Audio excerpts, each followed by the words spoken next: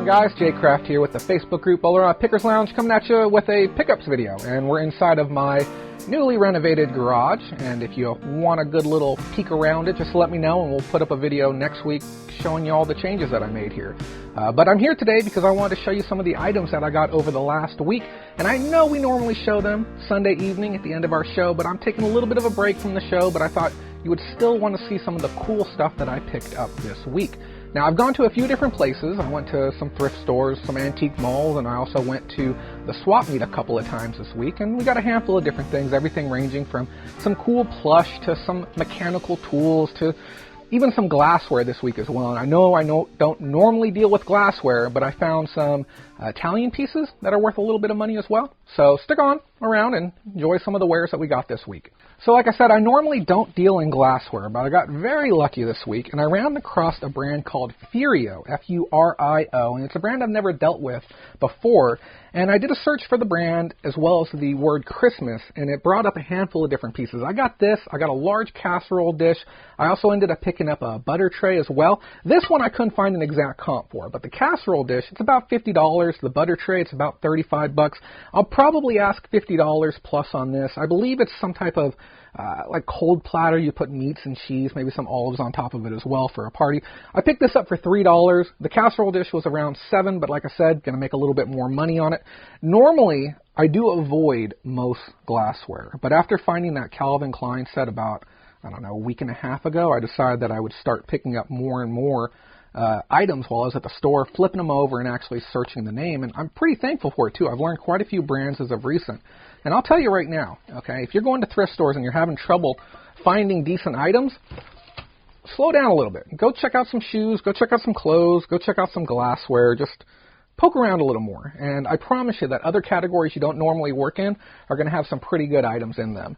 I even talked with somebody the other day who said that they won't touch electronics because they're worried about them being broken. They don't even want to look at them. Don't write off entire categories. Okay? If you look around our warehouse, we literally have items from every single category you can think of. And one of my favorite categories is board games. Now, I've actually had one of these before. It's a very noisy set. And I had one of these before. When I had it last, it was worth roughly $50, maybe $60 on Amazon. Now, this is anywhere between $90 to $110, depending on how complete it is, and it's a copy of Caribou by Cranium. And this is a game that's completely out of print. I believe they stopped making it almost 3 years ago now, so finding a good one in good shape can bring in some big bucks. If you take a peek at it, too, it only cost me $2.79. So a lot of easy money on this one. And the thing that I love with board games like this is the fact that I can ship them out to Amazon as well. Because I know paying $10 to $15 a piece to sell these things and pay for the shipping on them is a real pain in the butt. But if you can send 20 or 30 board games at one time to Amazon, you're roughly paying about 50 cents a piece to get them there. And obviously you have a little bit extra in fees on the back end. But you'll end up making more because that's just the Amazon advantage. One of the other items that I got was really, really neat. It's something I've never seen before. It was this X-Acto toolkit. I don't know if you've ever seen these. They stopped making them a long time ago. Look at how many different pieces are supposed to be in there. Now, I bought this. I paid $5 for it. I used a coupon, got 25% off, $3.75 out the door. Haven't opened it up yet, but I'll show you in the B-roll right now. It'll just be on screen somewhere of exactly what the contents on the inside of this thing look like. And if everything's in there, these kits go for anywhere between $50 to $75. Obviously, condition, completeness, and desirability are going to be there, but looking at the completed sales on eBay, it looks like the velocity is pretty damn decent on this item. Now, you guys know me. You know I cannot stay away from the plush, and this week was no different. I must have picked up 15 to 20 different plush items. I'm not going to bore you with showing them all to you, but I want to show you a handful of the ones that really stood out to me. This one and this one are pretty darn neat. Did you know Rhesus had a Rhesus Man mascot? Now, I'm going to be honest with you. When you look up the comps online, it's really not that great as far as velocity, as far as sell-through is concerned. People are asking $15 to $25 on this guy.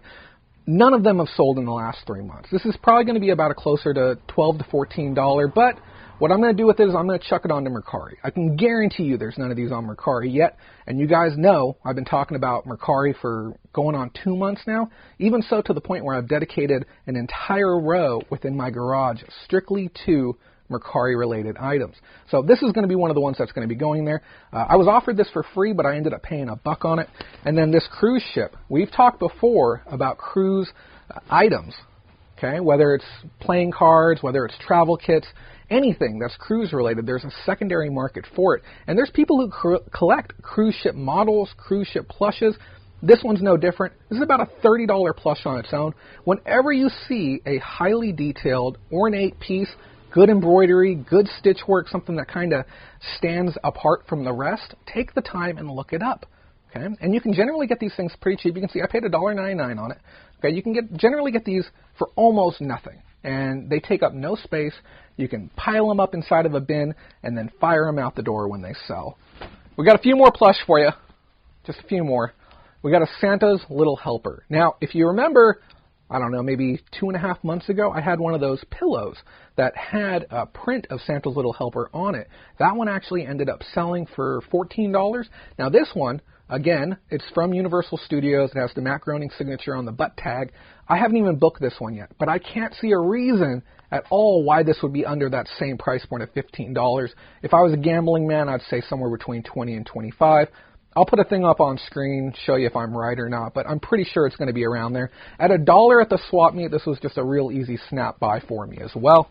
And then, I normally don't buy single, small Disney plushies. Okay, I'm sure you've seen these before at swap meets, and they're all over the place inside the antique malls. They're literally littered everywhere. And they're only worth about $7, $8 on their own. This Caterpillar is worth a little bit more. But I was actually able to get 5 pieces from the Bugs Life set. And because of that, I decided I can make a decent Mercari lot out of that. I can list it up, ask $30. It's going to ship for under £1. I'll make decent bucks on it, and it was better than leaving it behind. I got all 5 of these. I believe I paid $8 for all 5. So it's not a huge amount of profit, but it's guaranteed money. I'll be honest with you, I'll probably even ask for $40. I can't see a reason why it wouldn't sell on there for that. And in another odd item, you guys know my obsession with Magic the Gathering. We've talked about speculative long-term investing on sealed Magic the Gathering product. It's a very, very rare day when I come across a box of unsorted Magic cards. Now, some of the stuff I'm going to talk about is just going to be a little bit out of reach for people who don't do any Magic the Gathering, but if you want a category to get into within your town, maybe something that you haven't considered working before, Magic is a great one to do. You can run ads locally saying, hey, looking to buy old Magic the Gathering sets, and you can make an absolute fortune of money if you're willing to put in the time to actually look these up and learn a bit about them. Like I said, some of this is going to go over most people's heads, but there's a bunch of 6 series, 7 series, Urza Saga, Unglued, a bunch of really old sets. And while I was flipping through, I actually stumbled across an Arabian Nights card, which is a very sought-after set. The one card on its own was worth $20. And I'll be honest with you, I know Arabian Nights, and I'll show you the symbol on screen so you can at least recognize it. But I don't know all the cards within the set. So even myself, I had to stop, look it up, see what it was worth, and then negotiate with the seller from there. She wanted $10. I ended up getting it for $8. I haven't even started processing this yet. The fact that it's an unpicked collection means that there could be an Arabian Nights card in here.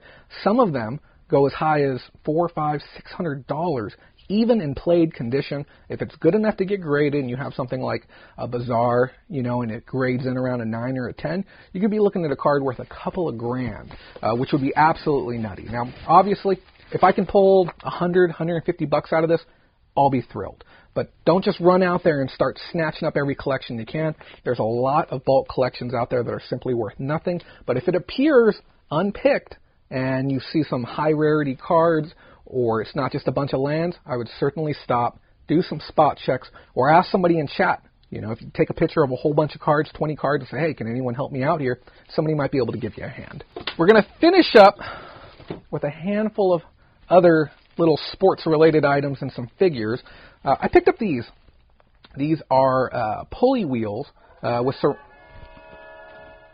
think I sold something on eBay, guys. These are pulley wheels with ceramic bearings on the inside. 2 or 3 sets of these have sold on eBay within the last 30 days between $60 and $80.